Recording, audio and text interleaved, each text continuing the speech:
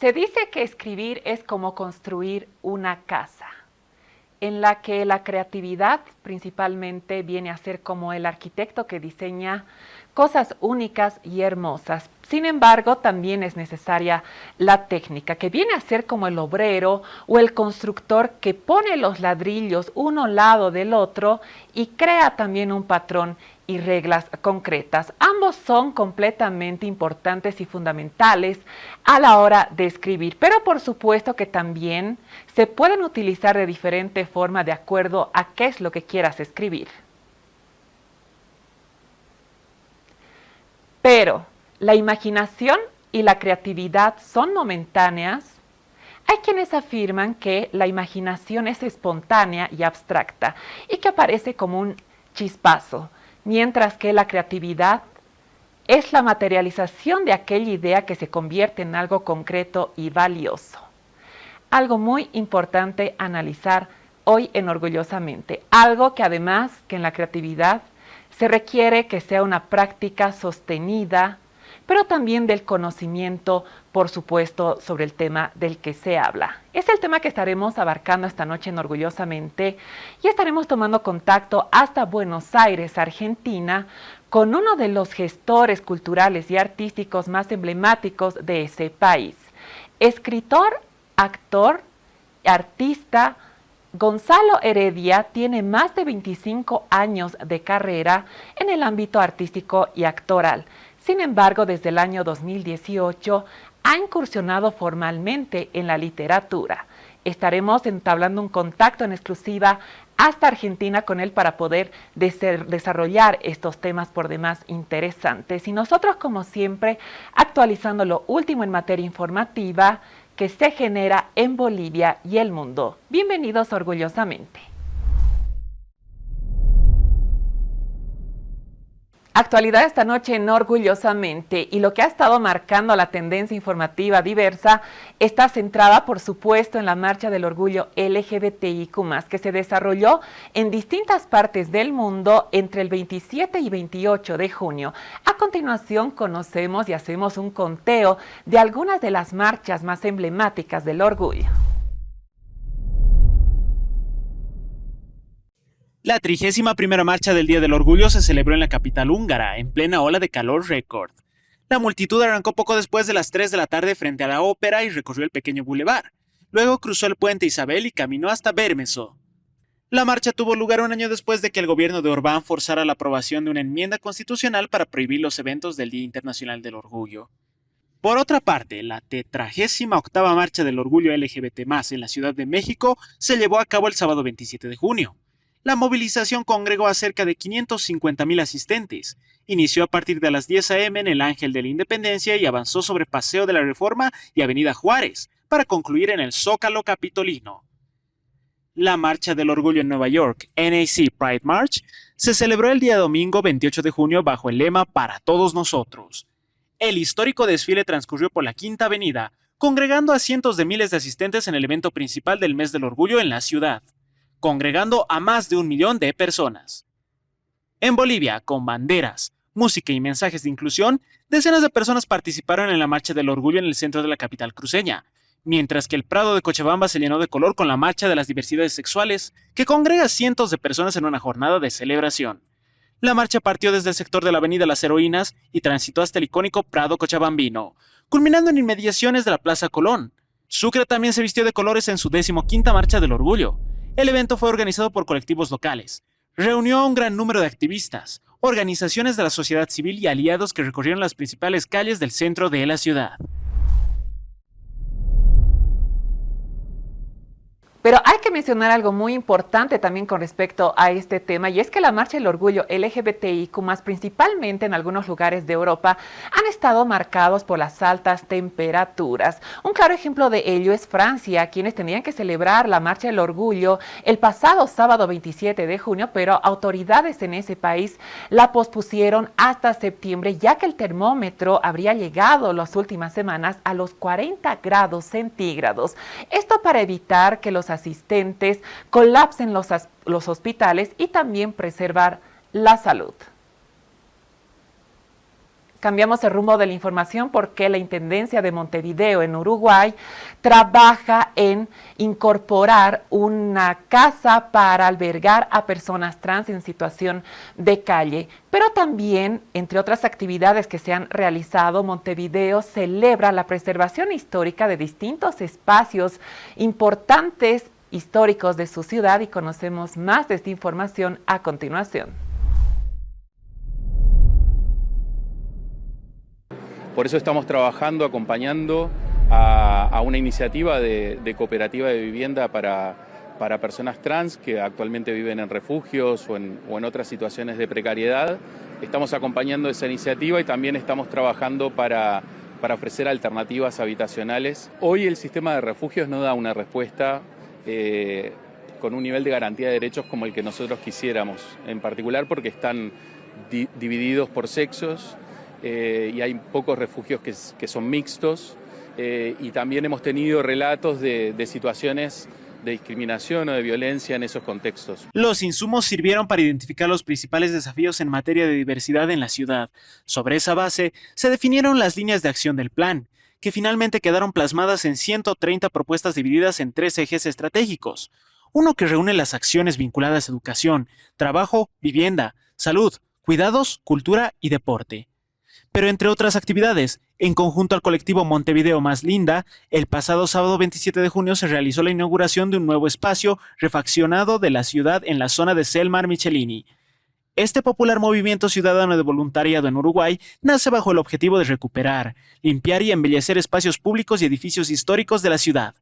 Es una iniciativa sin banderas políticas creada por vecinos cansados del deterioro urbano, quienes organizan jornadas para limpiar fachadas, borrar grafitis no artísticos y restaurar el patrimonio, cumpliendo con su sexta acción en restauración de espacios urbanos en Montevideo. Desde el voluntariado en calles, pero también la coordinación digital, en sus inicios Montevideo Más Linda empezó con 30 voluntarios y hoy suman más de 70 voluntarios en sus actividades. Y para seguir más de cerca nuevas fechas, nuevas intervenciones, te invito a que los sigas a través de sus páginas oficiales. Entretenimiento esta noche en Orgullosamente. Girls Loves Girls es una nueva película coming of age que además pone al centro algo generalizado, el romance universal que nos enseña a aceptarnos a nosotros mismos en el proceso. Inspirado en el libro de Hailey Kiyoko del año 2023, ha sido presentado oficialmente en el Coolidge Corner Theater de Brooklyn el pasado 19 de junio y esta noche conocemos más de esta propuesta. La trama principal sigue la vida de Collie, una adolescente de 17 años que se muda al campo, en el estado de Oregón, después de la triste muerte de su madre. Allí conoce a Sonia, una chica local. A medida que pasan tiempo juntas, Collie empieza a desarrollar sentimientos profundos y románticos por ella. Sin embargo, conectar con Sonia no será fácil. Collie debe enfrentar el miedo, sus propias dudas internas y las dificultades emocionales que trae descubrir su identidad mientras vive el duelo por su mamá.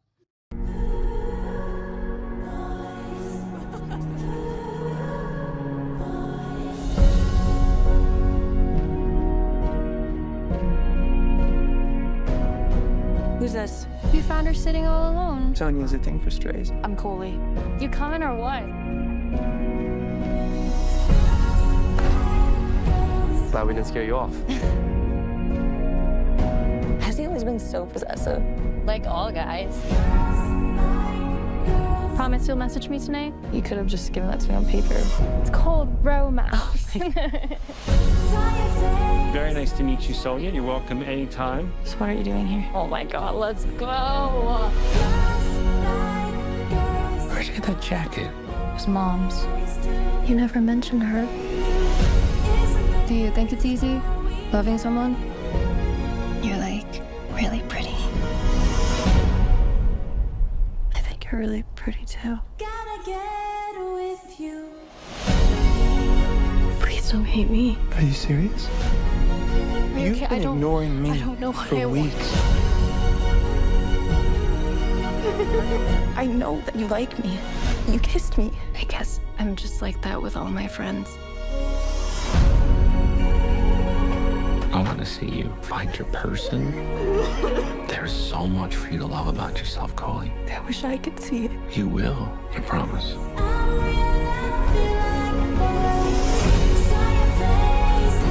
What were you guys doing in there? Nothing. I don't want to hurt you, Coley, but what would people think?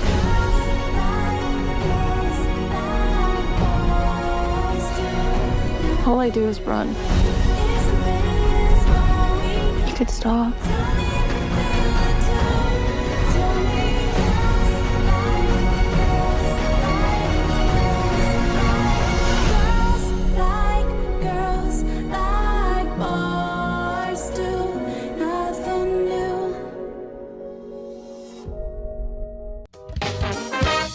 Ahora estás viendo Orgullosamente.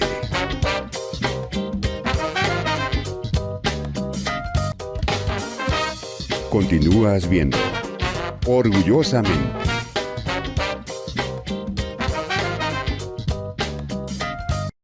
Continuamos con más esta noche en Orgullosamente y en el ámbito cultural. Martín Jerónimo Chambi Jiménez fue un reconocido fotógrafo peruano, conocido además por ser el pionero en la fotografía de retrato, principalmente por su narración fotográfica de temática biológica y étnica. Sin lugar a dudas, Chambi fotografió profundamente a la población de Perú y Bolivia. Precisamente el año 1925, Chambi visitó La Paz y realizó distintas fotografías en su visita por el centenario de la independencia de Bolivia.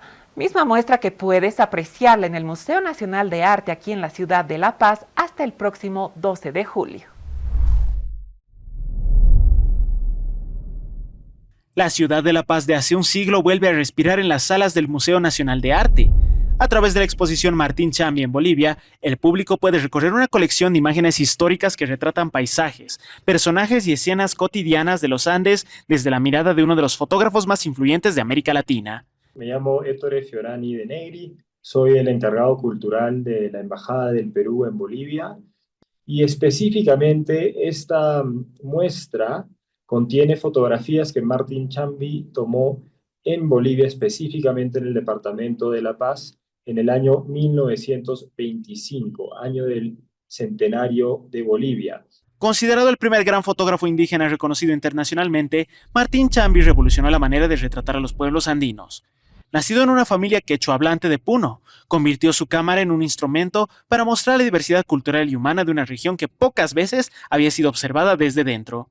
Y hay algunas fotos particularmente interesantes, como aquella del puerto de Huaki, que en sí, además de mostrar el paisaje del lago Titicaca y las montañas de los Andes, es un lugar especial porque es uno de los puertos en este lago que une a ambos países. Me gustaría comentarles que están bienvenidos a la exposición, entrada gratuita hasta el 19 de julio y posteriormente será trasladada desde el Museo Nacional de Arte hasta el campo ferial Chuquiabomarca para la Feria del Libro de La Paz.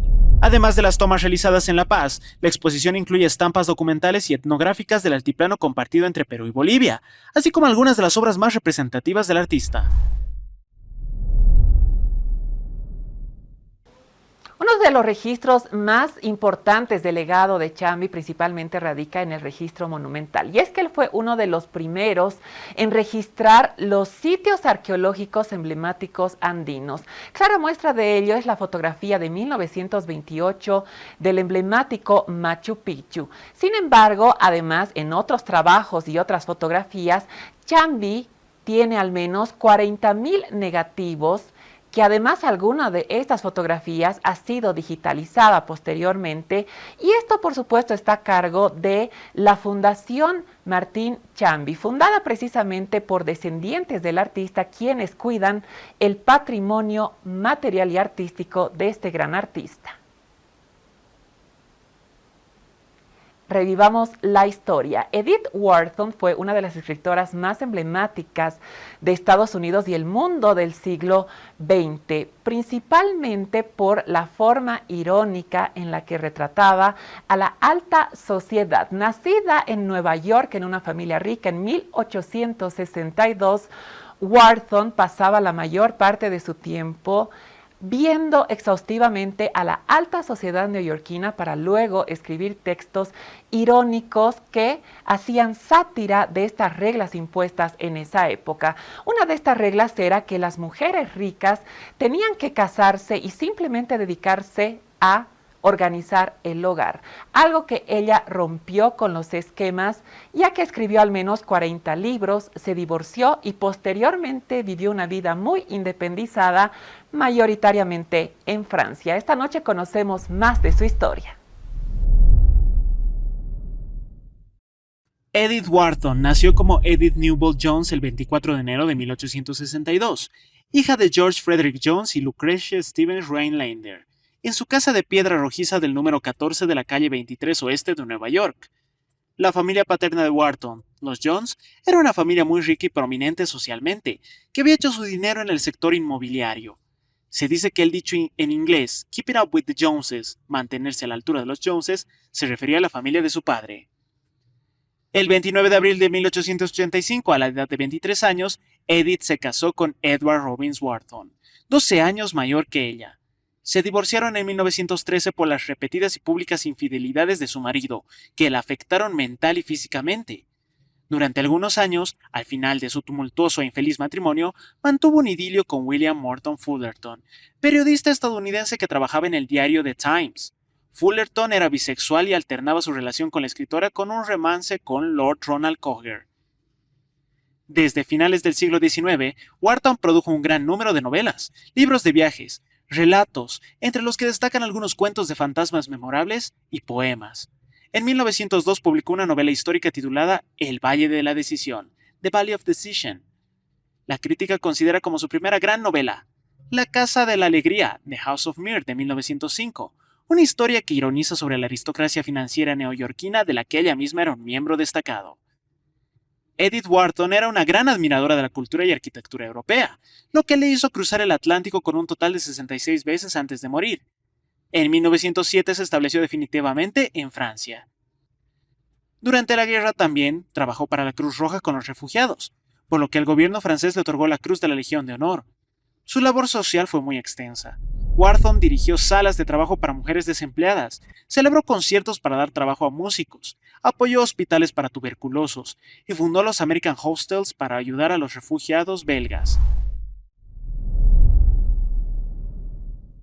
Edith Wharton falleció en 1937 en París, Francia. Sin embargo, sus textos son tan famosos hasta la fecha que incluso muchos de ellos saltaron y fueron reinterpretados a la gran pantalla. Yo te comento más de su trayectoria en nuestro segmento Curiosidades.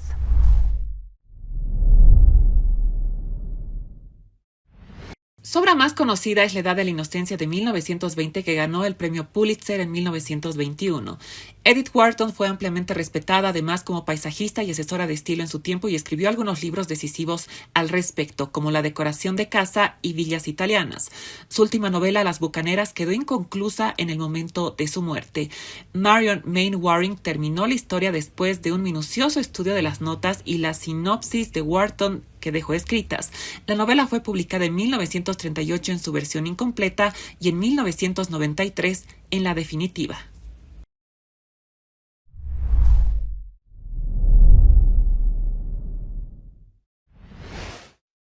Detalles sin lugar a dudas interesantes, y nosotros con esta información ingresamos a nuestra primera parte de entrevista.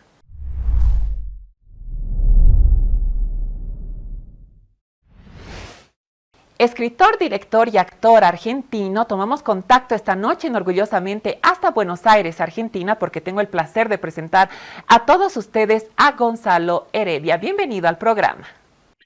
Hola Leoni, ¿cómo estás? Es un placer muy grande este contacto y esta invitación a tu programa. Gonzalo, estamos contigo esta noche en el programa para hablar de literatura y este trayecto tan importante que estás teniendo también en esta faceta, pero tenemos que remontarnos al inicio. Al momento en el que nace tu amor por el arte, tú tienes una gran trayectoria en el ámbito artístico, de la actuación específicamente. Coméntanos cómo estas grandes oportunidades se dan en tu vida en el ámbito artístico y cómo has ido forjando también una carrera a partir de ello. Yo la verdad es que cada vez que me hacen esa pregunta, yo debo decir que me considero una persona bastante autodidacta. Y cuando digo autodidacta me refiero a que cuando tuve los primeros sentimientos de acercamiento con el teatro específicamente, eso me llevó a preguntarme por qué me pasaba esto de, no sé, la primera vez que fui a una escuela de teatro, de esta sensación tan de pertenencia en un lugar donde nunca había ido en mi vida, como era una sala de teatro, y yo tendría alrededor de 14 años la primera vez que pisé una escuela de teatro y que vi un ensayo de una obra de teatro, y me llevó a preguntarme, porque en mi familia, en todo mi árbol genealógico, no había nadie relacionado con el arte, desde, no sé, tocar una guitarra o desde que tuviera el hábito de lectura o escritura. Entonces me llevó mucho tiempo hacerme la idea y la aceptación de que yo pertenecía a ese mundo, pero sobre todo de que tenía una forma de contar. Para mí el artista siempre se destaca porque tiene una forma de percepción del mundo y es una forma también de decir y de contar a través del arte esa percepción sobre el mundo. La primera vez que me metí en una escuela de teatro fue cuando tenía 14 años y a partir de eso empecé a allanar un camino que fue bastante largo. Tengo 44 años ahora, hace 30 años que me metí en esa primera escuela de teatro y fue de un profundo autoconocimiento en el sentido de eh, construir una forma de decir a través de la actuación, a través de personajes, a través de historias, que paralelamente siempre, yo por ejemplo no terminé, no tengo los estudios terminados, no terminé el colegio secundario, eh, es una deuda pendiente que tengo y que tuve, pero sí de grande empecé o retomé, estudié maestría de escritura, de algo que me di cuenta con el tiempo que me apasionaba, que es el hecho de contar historias a través de la literatura. Estudié teatro también, pero siempre la lectura y la literatura en sí siempre estuvo relegada en mi vida por una cuestión de que yo no la tomaba eh, como algo serio, no le daba el lugar que tenía dentro de mi vida. Entonces me empezó a ir bien con la actuación, empecé a trabajar en televisión y fue como una carrera bastante meteórica en el sentido de que de un momento para otro ya tenía mucha relación con la popularidad y ya mi persona empezaba a formar parte del público, de la gente. Acá en Argentina hacer televisión o hacer ficciones, novelas en televisión, es algo muy poderoso porque uno se mete a través de esa historia y esos personajes, se mete en las casas de todas las personas y hay algo muy, muy poderoso que pasa con el reconocimiento. Y a partir de eso empecé a tener como un lugar bastante masivo, pero siempre tratando de saber por qué uno hace lo que hace, por qué uno cuenta historias y demás. Y paralelamente en esta carrera meteórica que tuve o de alguna forma meteórica que tuve con la actuación, siempre estuvo en mí el hecho de escribir. El acto de escribir, yo de hecho tengo conmigo siempre, escribo a mano, tengo libretas y siempre tuve la práctica de la escritura.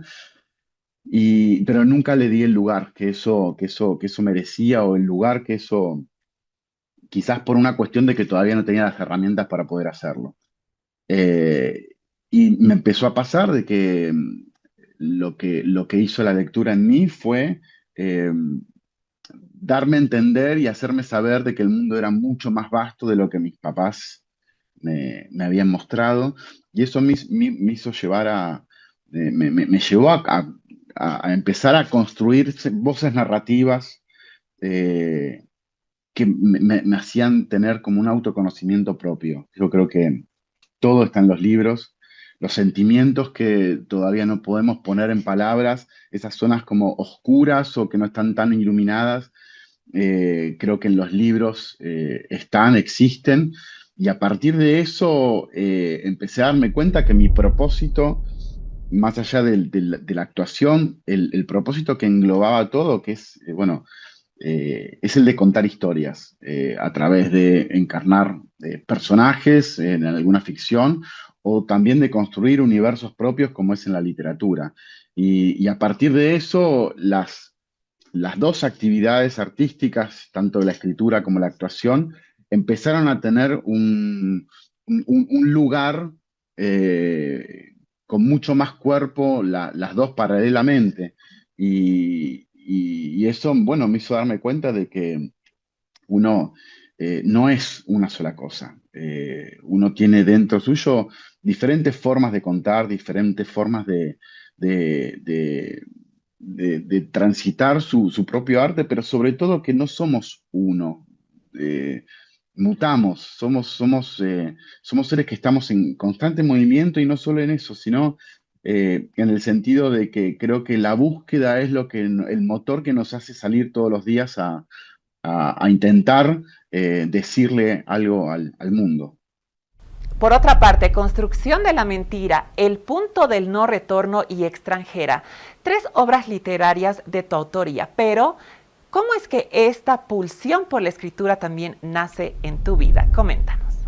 Sí, el primer texto, la primera novela que escribí, Construcción de la mentira, es una novela de iniciación. Es una novela donde el protagonista es justamente un actor que tiene una especie de crisis existencial, donde no reconoce dentro de su vida lo que es ficción y lo que es realidad. Y la novela es una porción de su vida en la que el personaje un poco busca esto, intentar palpar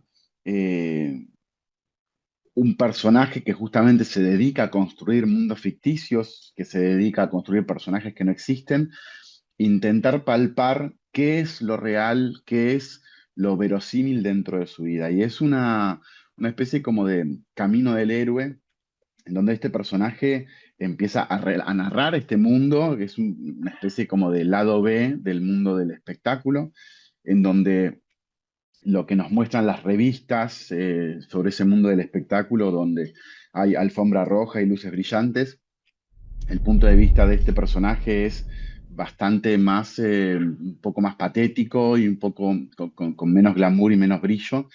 Y es una novela que a mí me permitió tener una primera voz narrativa. Es un juego de quitarse la máscara continuamente, porque la novela se apoya mucho en el género metaficcional, porque se juega con esta supuesta verdad, en donde en la novela aparece mi nombre y mi apellido, pero tachado, donde se juega con esta forma de simular sacarse una máscara para en realidad no sacársela nunca.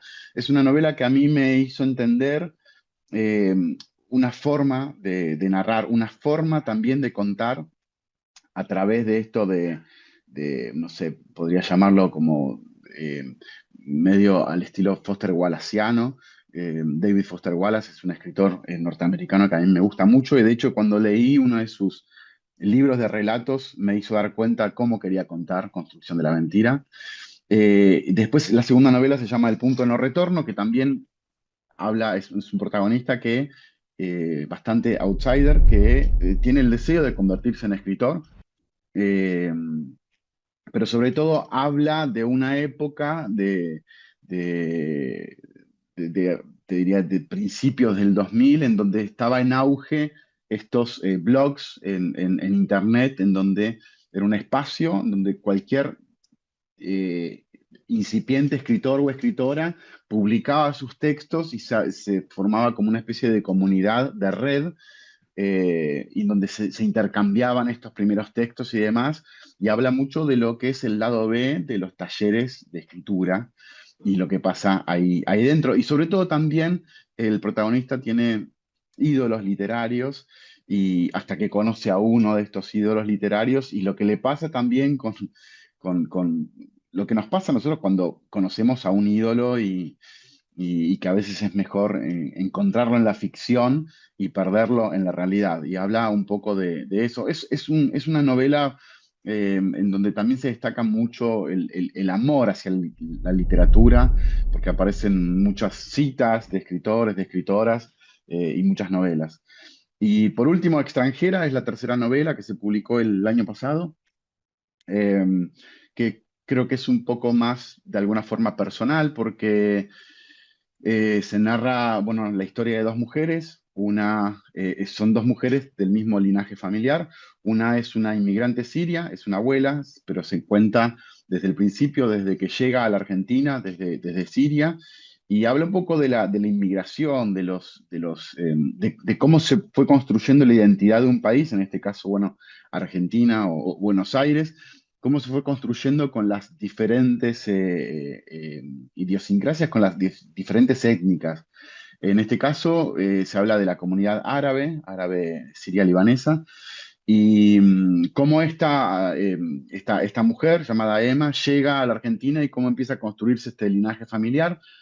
Y la novela está narrada en dos tiempos, son dos temporalidades. Una es en primera persona, que es la vida de esta inmigrante siria llamada Emma, y la segunda temporalidad es su nieta, en un contemporáneo, que va de visita, acompañando a su papá, va de visita al hospital, porque esta abuela está muy mal de salud y está prácticamente agonizando. Y se cuentan esas dos temporalidades, pero sobre todo se cuenta dentro de este linaje familiar la pregunta de si podemos corrernos de lo heredado familiarmente, o si estamos condenados a repetir generación en generación las mismas historias que vivieron nuestros padres o nuestras madres. Y habla un poco de la familia, quizás de la forma, de la estructura familiar, y cómo también van como mutando esas formas y esas estructuras. Y también yo tengo 44 años y soy padre, sigo siendo hijo, pero sobre todo soy de una generación de padres y de madres. Somos de esta generación en donde venimos a intentar romper formas que tuvieron nuestros padres y nuestras madres con nosotros, que a su vez también intentaban romper formas que tuvieron con ellos. Y es esto de el decir. Creo que nosotros somos una generación que venimos a comunicar, que venimos a decir, a romper esos silencios que siempre, o la mayor parte del tiempo, estuvieron presentes en las familias. Esto del no decir, del callar, de los secretos. Creo que nuestra generación viene un poco a romper eso, y a la vez también estamos creando una generación de hijos y de hijas que están hipercomunicados. Y un poco la pregunta es esa, es cómo nosotros nos quitamos eso heredado para poder también, sin las respuestas de todas las preguntas que tenemos, sin esas respuestas, cómo criamos a esta generación que están hipercomunicados, que tienen la comunicación al alcance de la mano. Y Extranjera habla un poco sobre eso. Detalles sin lugar a dudas interesantes. Gonzalo Heredia estará con nosotros esta noche en Orgullosamente y a lo largo de este programa para poder retomar esta entrevista más adelante. Mientras tanto, nosotros hacemos una breve pausa. Ahora estás viendo Orgullosamente.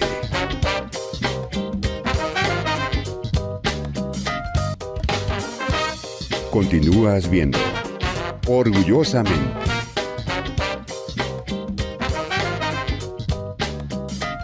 Y Ixam Adams despliega sus tapices y sus nubes de polvo en el majestuoso Guggenheim de Bilbao.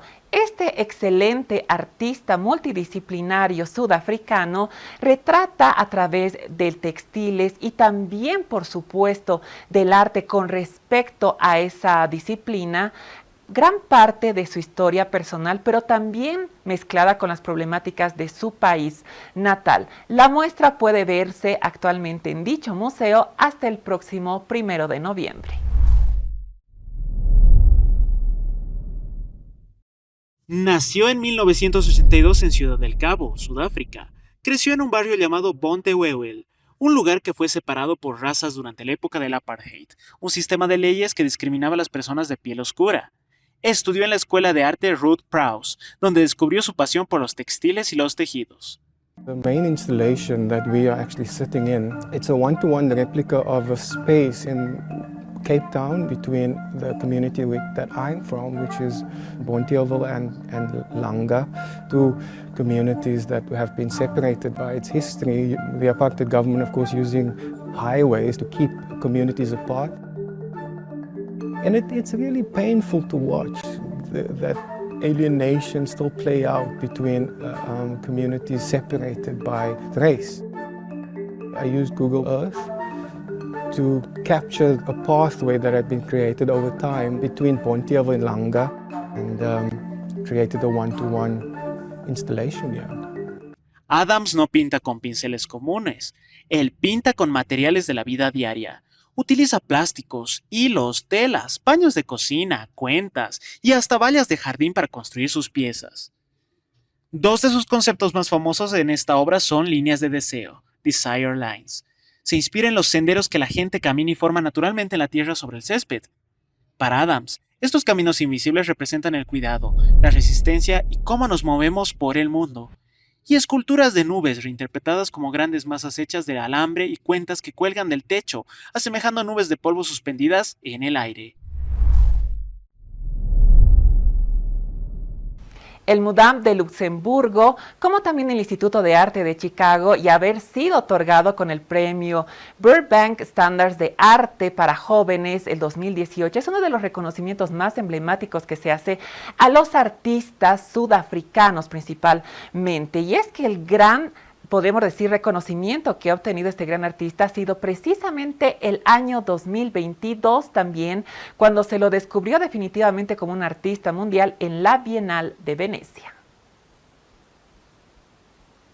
Industria musical. Violeta Odar ha sido una ex concursante del famoso concurso Operación Triunfo y a partir de ello empezó con una carrera artística importante hasta la fecha, ya con un primer álbum sacado, pero también uno en el que está trabajando actualmente y conoceremos más de ella y de su talento a continuación.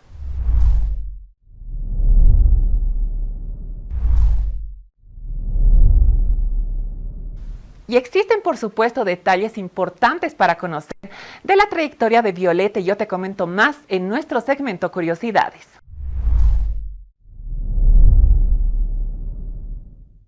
Desde 2009 hasta 2019, Violeta Odar estudió en el Conservatorio Profesional de Música Antonio Lorenzo, dominando el clarinete.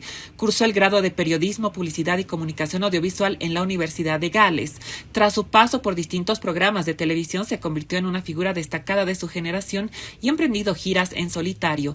Entre sus proyectos más notables se encuentra el lanzamiento de su primer álbum de estudio titulado homónimamente Violeta, un trabajo profundamente inspirado en obras clásicas como La Traviata.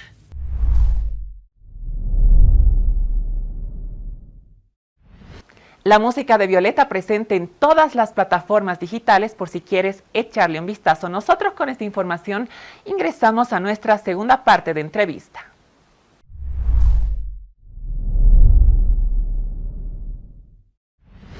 Retomamos contacto esta noche orgullosamente hasta Buenos Aires, Argentina, porque Gonzalo Heredia continúa en un enlace en exclusiva con el programa. Gonzalo, tenemos que hablar a continuación de temas más profundos en el ámbito literario, como la imaginación y la creatividad. ¿Son los únicos componentes que están presentes a la hora de escribir?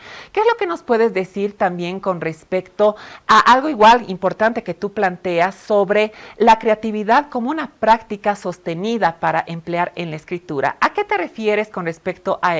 Algo también muy importante que pasa es el estancamiento que muchos escritores pueden tener al momento de realizar una obra literaria.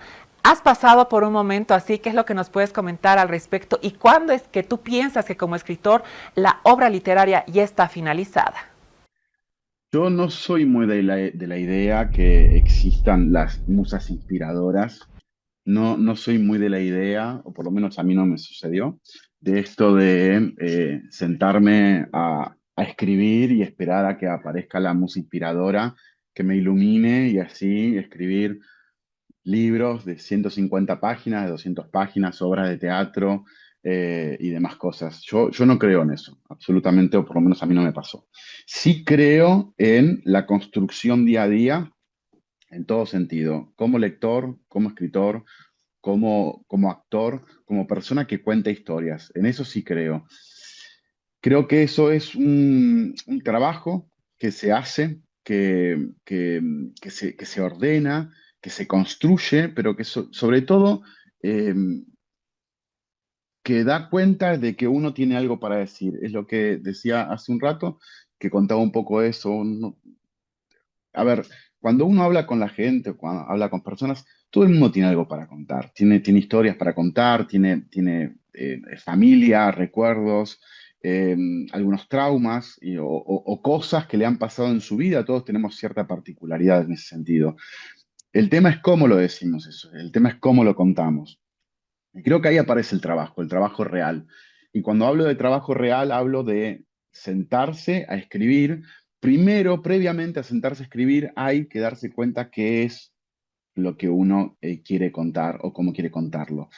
Y eso, la mayor parte de las veces, la mayoría de las veces, tiene una pregunta que muchas veces nos hacemos y de la que no tenemos respuesta. Y ese ensayo de respuesta es justamente en dónde nos vamos a meter y cómo lo vamos a contar. El hecho de escribir, el hecho de contar historias, el hecho de sentarte a construir universos que no existen, es porque uno tiene preguntas que se hace, que muchas veces es la misma pregunta, y muchas veces esa pregunta va mutando y va cambiando. Y lo que intentamos hacer a través del arte, a través de contar historias, son ensayos de respuesta a esa misma pregunta.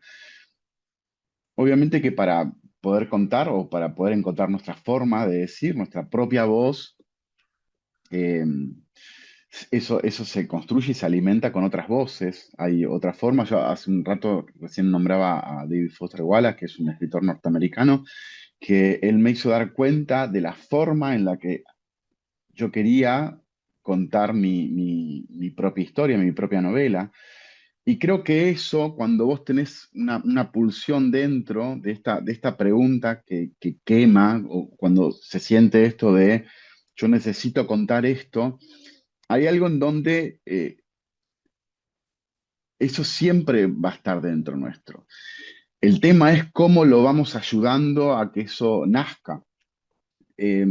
Sí creo en el bloqueo, pero sobre todo creo en que cada texto, cada voz narrativa tiene su tiempo de construcción.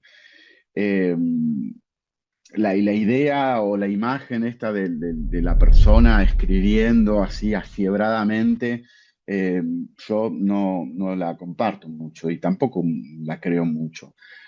Hay veces, no sé, en mi caso que yo estoy mucho tiempo sentado intentando ver qué pasa en ese momento que estoy sentado, confiando en que algo va a suceder, en que caiga, no sé, una escena, una mirada particular, una voz que me llamó la atención y que a su vez eso pueda llevarlo, o sea, a un personaje o que sea el tipo de voz de un personaje que me estoy imaginando, o lo que sea. Creo que el darle lugar en la vida de cada uno de nosotros, el darle lugar a que eso suceda, a que ese extrañamiento suceda, creo que es fundamental. Y creo que la gran inspiración o la gran musa inspiradora es justamente eso, darle lugar, eh, ayudar y construir, encauzar para que eso suceda en nuestra vida, creo que es la gran inspiración.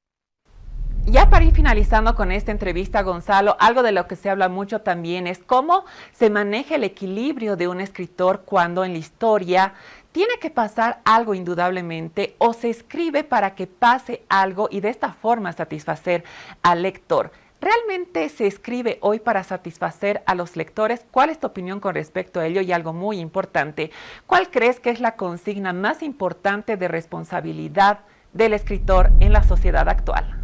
Yo no sé si existen fórmulas puntuales, digo, cuando uno quiere como, bueno, voy a escribir para que el público sienta o crea o o para que, no sé, ganar un premio o para lo que sea. Digo, creo que esa fórmula matemática creo que no existe. En mi caso, yo la verdad que no sé escribir pensando en lo que el público espera o lo que sea. Sí escribo con honestidad. Creo que eso es lo único que siempre se ve y siempre se destaca y siempre sobresale en las páginas, en la historia, en el párrafo o en la misma oración. Creo que cuando se escribe con honestidad, eso siempre se palpa de alguna forma. Eh, y después, con respecto a ver, la responsabilidad que tiene una persona que cuenta, creo que la única responsabilidad siempre está en el hacer preguntas para quien te lea. La responsabilidad, por lo menos en mi caso, es la de, eh, a través de una historia, a través de palabras, a través de personajes, es iluminar zonas eh, hasta ese momento desconocidas de la persona y que después de la historia que yo haya podido escribir o del personaje que haya leído, eh, se sienta de alguna forma interpelada y que eso lleve a que pueda poner en palabras cosas que hasta ese momento desconocida. Creo que la responsabilidad de la persona que escribe creo que es esa. Detalles sin lugar a dudas interesantes. Gonzalo, queremos agradecerte enormemente por este contacto. Bueno, te agradezco mucho, muchas gracias a vos y un beso para todos y para todas. Y nosotros con esta entrevista realizamos una pausa en Orgullosamente. Ahora estás viendo Orgullosamente.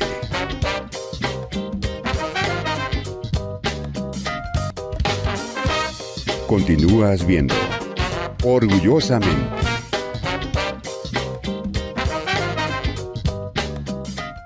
Y nuestro segmento emblema en Orgullosamente es precisamente el chat de Orgullosamente.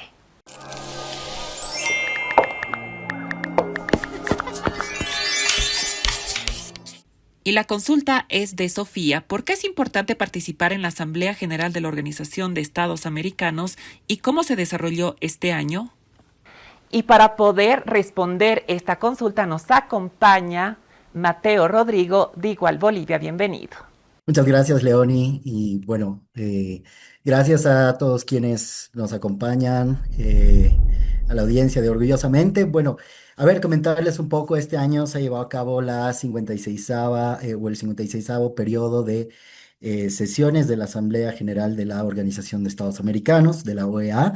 Este año se desarrolló en la ciudad de Panamá, en el mes de junio, y bueno, coincidía precisamente con una época muy importante, ¿no? Celebración de 200 años de algo que se denomina el Congreso Anfictiónico. Esto significa, ha sido el precursor, digamos, de la creación de la misma OEA, porque ha sido la primera vez en que varios estados de nuestra región latinoamericana se dieron cita para empezar a conformar una organización de varios países en defensa de nuestro territorio latinoamericano y en defensa de los intereses de la región. Entonces, bajo este lema, creo que se ha recordado muchísimo la importancia que tiene de que los países colaboren con el desarrollo, con el progreso de nuestro continente, y particularmente para las personas y organizaciones LGBTI. Tiene especial relevancia porque en estos periodos de sesiones ordinarias de la Asamblea General es donde las organizaciones de todos los países de nuestra región hacen conocer sus demandas, tanto a los representantes de sus países que se dan cita en la Asamblea General, como también para estrechar alianzas y hacer estrategias conjuntas, más en un momento tan conflictivo como el que estamos viviendo en estos momentos en nuestra región, donde se están dando muchísimos retrocesos, ¿no? Entonces, en esta 56ª Asamblea General de la OEA, se ha visto mucho varios países como pretenden retroceder en varias cuestiones relacionadas con género, con diversidades. y muchos países que han demostrado que ahora tienen esta posición de ultraderecha, ultraconservadora, donde realmente las personas LGBTI y las poblaciones más vulnerables son las que no tienen voz ni voto, ¿no? Esta asamblea ha estado muy enfocada tal vez en temas que efectivamente tienen gran importancia para la región, como es el crimen organizado, ha sido el punto más importante, pero lo que se deja de lado es también el avance en el desarrollo social, ¿no? O sea, mejorar las condiciones de vida, mejorar la inclusión, la no discriminación de poblaciones en situación de vulnerabilidad. Y bueno, entonces agradecerles nuevamente al programa Orgullosamente, agradecer también a las organizaciones LGBTI de Bolivia que han estado junto a nosotros, nosotras y nosotres en la ciudad de Panamá, y hacer un llamado también a todas las organizaciones para no eh, decaer en esta lucha por nuestros derechos de la población LGBTI. Muchas gracias.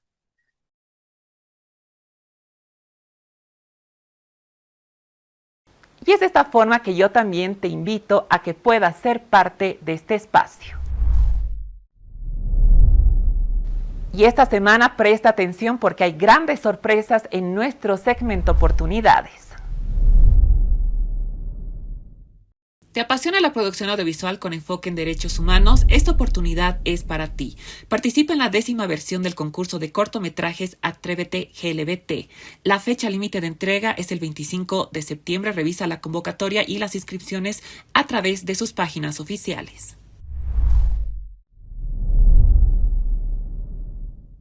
Como siempre lo digo en este espacio, esta puede ser tu gran oportunidad. Antes de finalizar, y como ya es costumbre, una nueva sugerencia de literatura diversa. Hola, ¿cómo andan? Mi nombre es Cami, recomiendo libros como Tía Pami, soy de Argentina y hoy les traigo un libro que a mí me voló la cabeza y que realmente me hizo como abrir nuevas incógnitas y tener ganas de saber mucho más acerca de estas dos autoras y saber mucho más acerca del detrás, leer todos los libros que tengan que ver con ellas, así que estoy como en una gran obsesión con estas autoras. Les traje Correspondencia erótica, que es la correspondencia entre Vita Sackville-West y Virginia Woolf, que al parecer eran mucho más que amigas, eran mucho más que compañeras, había un amor muy profundo entre ellas, intenso, un poco celoso, y me encanta porque ambas estaban casadas, pero a la vez sostenían y mantenían este vínculo entre ellas y sus maridos un poco sabían que este vínculo existía, entonces como la profundidad que surge ahí. Y lo que me parece también maravilloso es que acá en esta correspondencia es donde Virginia decide crear el libro de Orlando, que está basado en la vida de Vita Sackville-West. Entonces vamos a tener este intercambio entre ellas en el cual se van contando un poco sensaciones y emociones y se van contando también un poco de su vida cotidiana. Es maravilloso. Creo que la correspondencia es mucho más larga que esta, así que también los y les invito a que vayan a investigar un poquitito más. Espero que disfruten de esta lectura. Les mando un beso enorme y un saludo gigante a la audiencia de Orgullosamente.